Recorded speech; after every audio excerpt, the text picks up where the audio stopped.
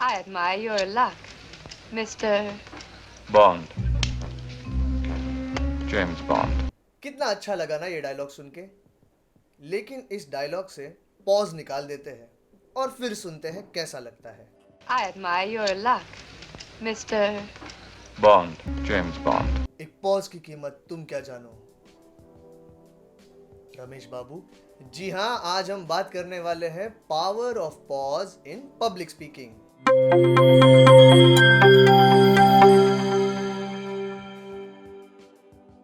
Hello दोस्तों, मैं हूं आपका दोस्त सूत्रधार anchor Sushil Atre and welcome to my channel जिसका नाम है anchor Sushil Atre. I am on a mission to help 1 lakh people overcome their fear of public speaking. Welcome to episode number 6 of the series Public Speaking Simplified. अगर आपने मेरे पिछले episode नहीं देखे हैं तो डिस्क्रिप्शन में लिंक दी हुई है बाबू मशाए, जाके लिंक पे क्लिक करिए और पिछले एपिसोड देखिए so that you will find this episode and upcoming episodes very easy to understand. तो जैसे कि मैंने आपको बताया कि आज हम बात करने वाले हैं on the topic power of pause in public speaking. मैं आज का टॉपिक आपको 4 स्टेप्स में समझाने वाला हूं। पहली स्टेप होगी आपके स्पीच में पॉज का महत्व, दूसरी स्टेप होगी ऑडियंस के लिए पॉज का महत्व, तीसरी स्टेप होगी पॉज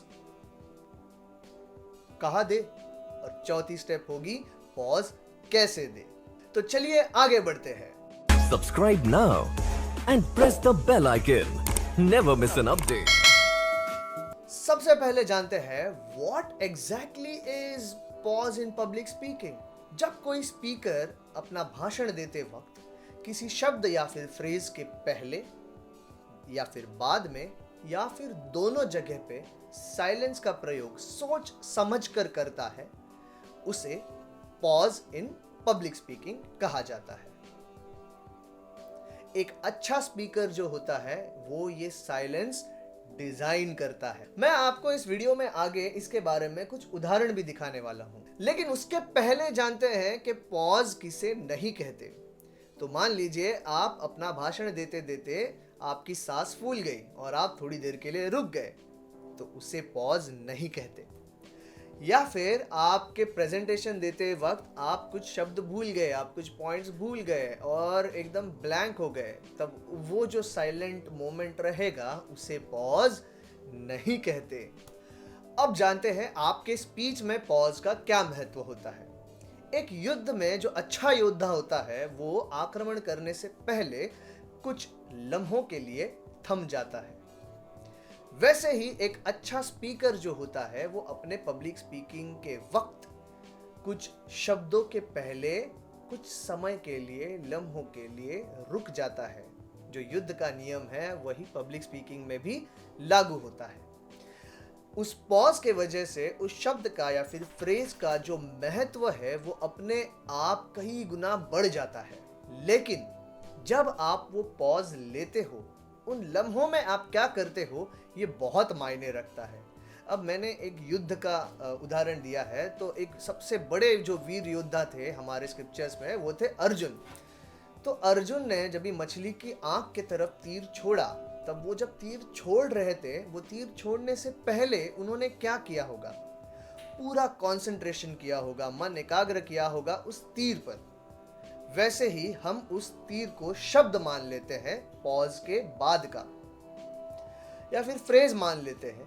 तो वैसे ही एक पब्लिक स्पीकर को, एक अच्छे पब्लिक स्पीकर को पॉज में उस शब्द पे पूरा कंसंट्रेशन करना है, पूरा मन एकाग्र करना है, अपने दिमाग की, अपने माइंड की पूरी एनर्जी के साथ पॉज के बाद का शब्द ऑडियंस के सामने रखना है।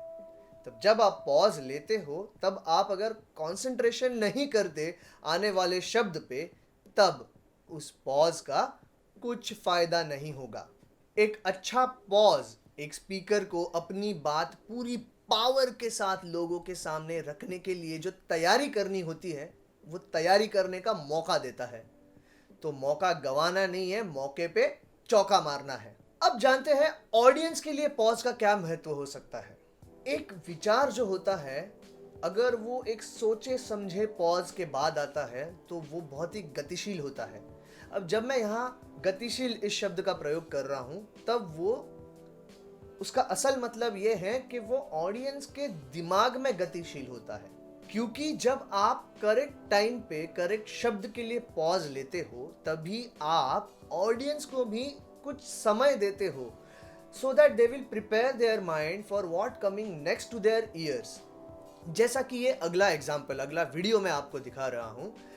मैंने जानबूझ के स्टीव जॉब्स का ये वीडियो सिलेक्ट किया है क्योंकि यहाँ पे स्टीव जॉब्स अपने ऑडियंस के साथ एक नॉर्मल कॉन्वर्जेशन कर रहे हैं, एंड जो कि ये नॉर्मल कॉन्वर्जेशन है तो हमें रिलेट करने के लिए भी बड़ी आसानी होगी। I thought I'd tell you about some of our mistakes. Maybe that would be more useful. We have a lot of scar tissue. There's a really interesting book that was written by a guy named Paul Strassman. तो जैसे आपने देखा कि pause के बाद जो Steve jobs ने कहा है वो बात मेरे तो दिमाग में एकदम रजिस्टर हो गई कि जिस बुक के बारे में स्टीव जॉब्स ने बोला है पॉज के बाद, ये भाई यार ये कुछ तो इम्पोर्टेंट बुक है। तो because of this pause which Steve Jobs took, मुझे थोड़ा समय मिला प्रिपेयर करने के लिए और मैंने ध्यान दिया और मेरे दिमाग में स्टीव जॉब्स की बात रजिस्टर हो गई। अब बात करते हैं पॉज कहाँ दे। जनरली लोग क्या करते हैं कि एक सिंपल सा तरीका अपना लेते हैं, मैं भी वही करता था पहले, कि पंक्चुएशंस को फॉलो करो। जहाँ पे स्वल्प विराम है वहाँ पे पॉज दो, वहाँ पे जहाँ पे अल्प विराम है वहाँ पे पॉज दो, पूर्ण विराम आ गया पॉज दो। लेकिन समय जैसा बीतता गया तब मेरे विचार भी इसके बारे में थोड़े बदलते गए। तो जब आप स्पीच दे रहे हो तब you are the best person to note and identify कि कौन से वर्ड्स ज़्यादा इंपॉर्टेंट है, which part of your speech is more important. You are the best जज to decide which part of your speech should shoot like a bullet and hit the bull's eye. और आप pause जो है वो शब्द के पहले भी दे सकते हो, शब्द के बाद में भी दे सकते हो, या फिर दोनों जगह पे दे सकते हो, ये आपको डिसाइड करना है। बहुत सारी एग्जांपल्स हो सकती है, बहुत सारे सिचुएशंस हो सकते हैं जहाँ पे आप पॉज दे सकते हो, लेकिन प्लीज पॉज का ओवर यूज मत करना। किसी भी चीज का आप ओवर यूज करते हो तो उसका मतलब निकल जाता है। अब फिलहाल यहाँ पे एग्जाम्पल के लिए हम लेते हैं सस्पेंस। मेरा ये मानना है कि पॉज हमेशा सस्पेंस क्रिएट करता है, तो अगर आप कोई सीक्रेट रिवील करने वाले हो तो प्रोबेबली उसके पहले आप पॉज का इस्तेमाल कर सकते हो। अब सस्पेंस के बारे में मैं अगर एग्जांपल देना चाहूँ तो मैं एक बड़ा ही कॉमन एग्जांपल आपको दूंगा, और वो कॉमन एग्जांपल होगा, आप कोई भी अवार्ड शो देख लो, उसमें जब भी एक अवार्ड के बारे में अनाउंसमेंट होती है तो अनाउंसर कैसे अनाउंस करता है, and the best actor award goes to के बाद वो एक पॉज लेता है और उसके बाद बेस्ट एक्टर का अवार्ड जिसको मिला है उसका नाम अनाउंस किया जाता है। अब तक मैंने आपको समझाया कि आपके स्पीच में पॉज का क्या महत्व है, ऑडियंस के लिए पॉज का क्या महत्व है, पॉज कहाँ दे। अब देखते हैं कि पॉज कैसे ले। आप अपने स्पीच में पहले से ही मार्किंग करके रख दे कि आपको पॉज कहाँ देना है, शब्द के पहले देना है या शब्द के बाद देना है या फिर दोनों जगह पे देना है। For the marking you can use your own signs और you can use a dash. Pause के बाद बात करने से पहले, पॉज के वक्त एक गहरी सांस ले और फिर पूरी एनर्जी के साथ आप अपनी बात ऑडियंस के सामने रखिए। आपने अगर ऑडियंस के सामने बात रख दी तो उसके बाद अगर ऑडियंस का रिस्पांस आता है तो पहले ऑडियंस का रिस्पांस पूरा होने दो, उसके बाद ही आगे की बात करिए। रिस्पांस कई तरीके का हो सकता है, तालियां हो सकती है, लाफ्टर हो सकता है, कोई भी इमोशन का एक्सप्रेशन हो सकता है। तो ऑडियंस को अपना रिस्पांस जो है वो पूरी तरह से देने दो। If you get the response from the audience then you are pausing at the perfect time for the perfect cause. Pause for the perfect cause, क्या अच्छी लाइन बोली है मैंने।